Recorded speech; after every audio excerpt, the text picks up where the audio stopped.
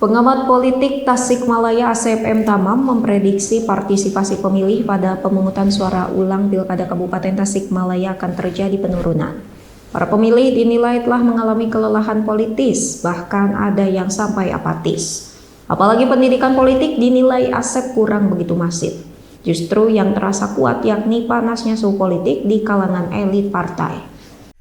Pengamat politik Tasikmalaya Asep M. Tamam menilai tensi politik pada pemungutan suara ulang Pilkada Kabupaten Tasikmalaya cukup menghangat dibanding pilkada sebelumnya. Namun Asep memprediksi akan terjadi penurunan minat pemilih yang datang ke TPS. Hal ini karena ada kelelahan politis di kalangan pemilih, bahkan ada yang sampai apatis. Menurut Asep, hal ini perlu dibenahi, utamanya terkait pendidikan politik yang dinilai Asep tidak begitu terasa. Yang terasa justru panasnya suhu politis elit partai atau pemilih di kalangan bawah. Asep menilai PSU lebih ketat daripada pilkada sebelumnya, tenaga yang dikeluarkan lebih besar, sementara amunisi para paslon dan penyelenggara pilkada sudah terkuras. Perang opini dan perang klaim terbaca sangat jelas, hal ini yang membuat situasi PSU Tasikmalaya terasa cukup panas.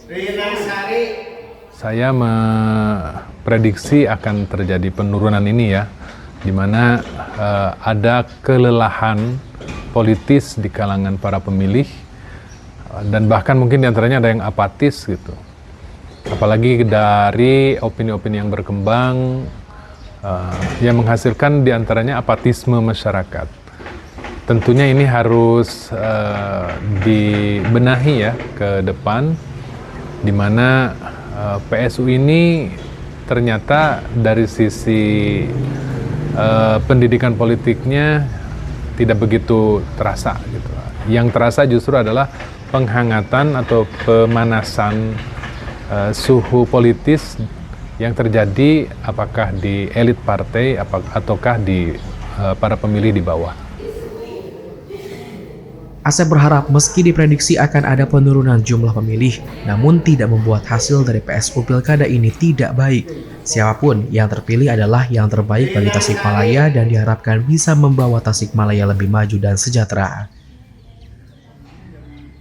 Muhammad Hasbi, Rendar TV melaporkan.